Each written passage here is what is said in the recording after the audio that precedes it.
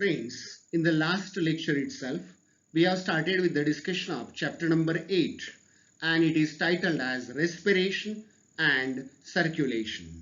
And in that, the first thing we have studied, it was nothing but the basic information about the respiration, and in the second lecture, we have discussed the respiratory system of human being. And then today we are going to proceed on to the next topic. So friends, today's lecture will start from cardiac cycle.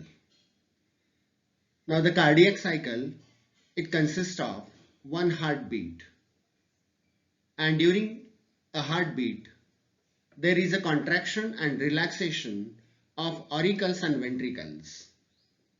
The contraction of the heart, it is called as systole, whereas relaxation of the heart, it is called as diastole. And when both atria and ventricle are in relaxed phase, it is called as a joint diastole. During this phase, the blood flows from superior and inferior vena cava into the atria and from atria to ventricle. But there is no flow of blood from ventricle to aorta and pulmonary trunk. Now the successive stages of cardiac cycle, they include the stage 1, that is atrial systole. The atria contract due to wave of contraction stimulated by sino-auricular node.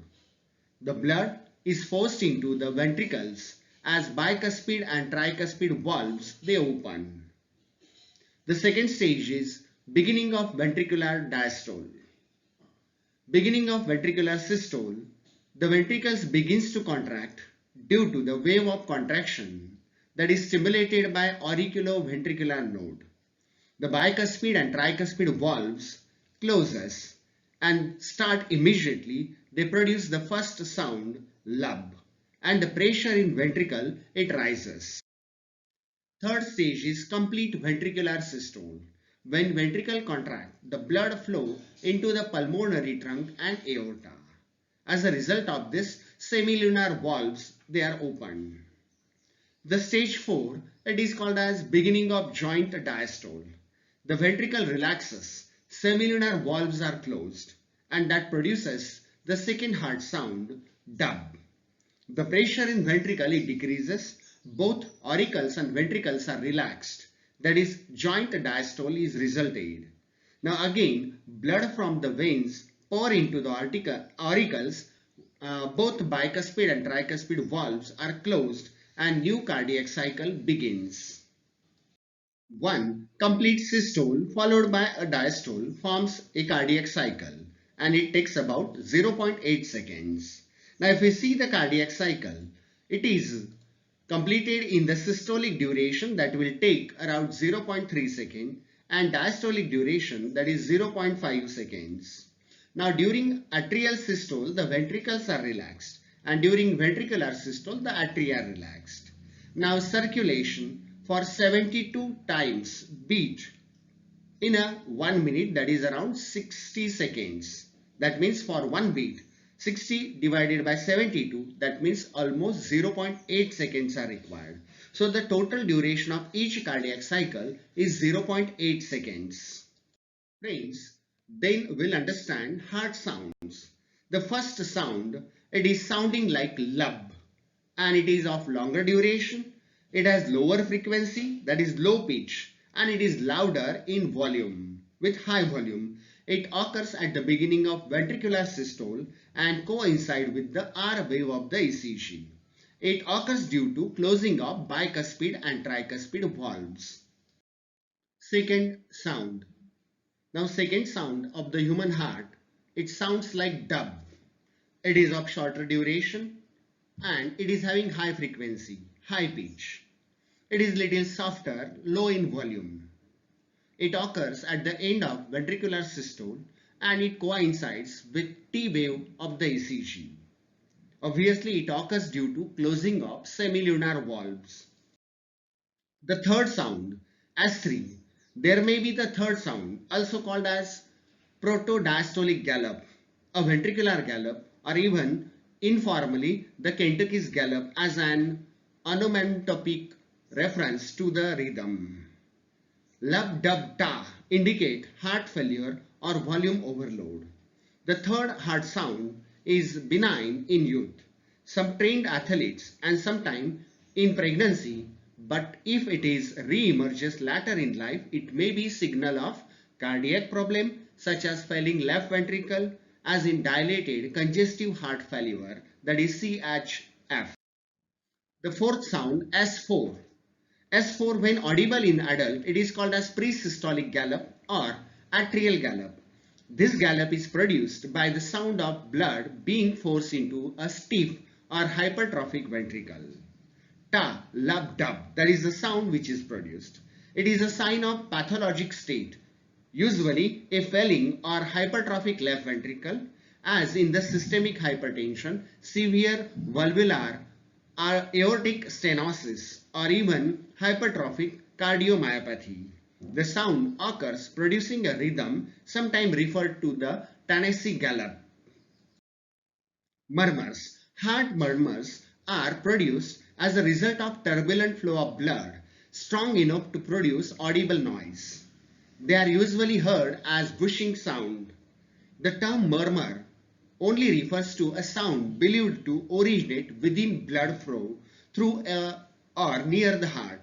Rapid blood velocity is necessary to produce a murmur. Most heart problems do not produce any murmur, or most valve problems also do not produce an audible murmur. Friends, then we will understand the concept of blood pressure. It is defined as the hydrostatic pressure exerted by blood on the lateral walls of blood vessels or arteries. For measurement of blood pressure, a highly specialized equipment is used. It is called as sphygmomanometer. Blood pressure is usually measured or taken in left brachial artery, as it is close to the heart. The various sounds are heard while taking blood pressure are called as Karatkov sounds. Now, normal systolic blood pressure of a human being is around 120 mmHg. Normal diastolic blood pressure is around 80 mmHg, and it is represented as average blood pressure 120 by 80 mmHg. However, these values are greatly varying in different age groups. The pulse pressure is difference between systolic and diastolic pressure. It averages 40 mmHg and provides information about the conditions of arteries. The normal ratio of systolic pressure to diastolic pressure to pulse pressure should be 3:2:1. The report of single BP value, we use mean arterial pressure, that is MAP. MAP is equal to diastolic pressure plus 1/3 of blood pressure. That is 80 plus 1/3 of 40, and it is around 93 mmHg. A persistent rise in blood pressure is called as high blood pressure, or it is hypertension. Fall in blood pressure is called as low BP or hypotension.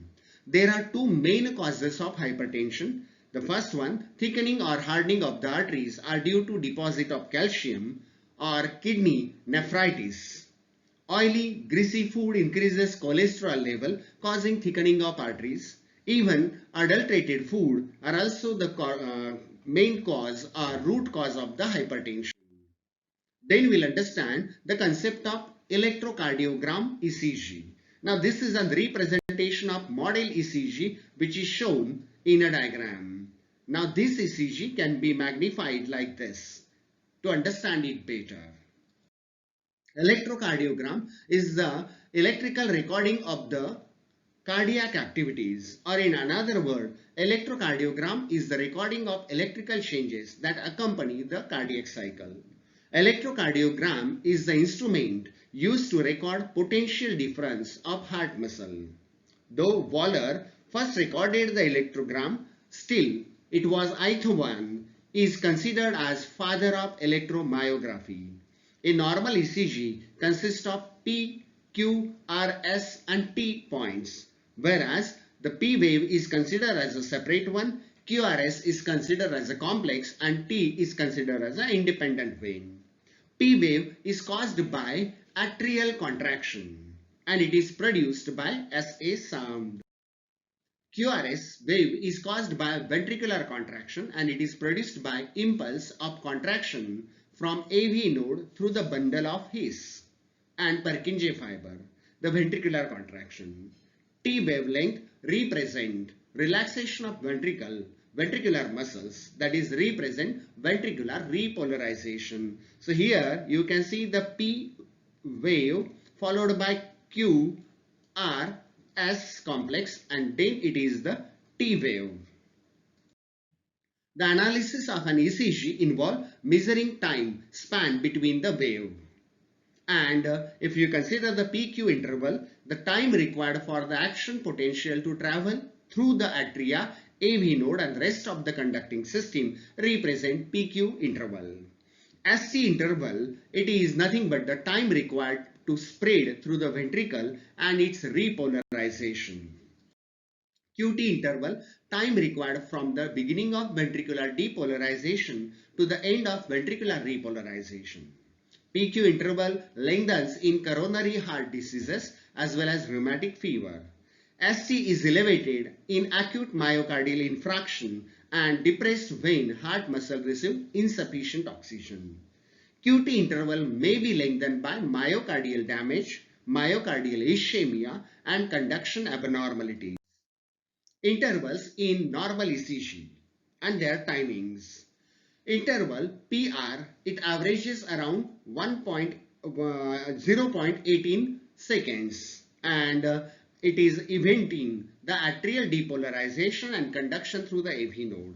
QRS complex, it is taking time about 0.08 second and during this ventricular depolarization and atrial repolarization occurs. ST interval is around 0.32 seconds and ventricular repolarization occurs during this ST interval. So friends, in today's lecture, we have studied various concepts related to the heart, blood pressure, hypertension, hypotension, as well as the various kinds of sound that are produced during the working of heart. And towards the end, we have understood the ECG. I hope you might have understood this lecture very well and it may be helpful for your studies. So, I myself, Anand Joshi, MSG Junior College, saying you thank you very much.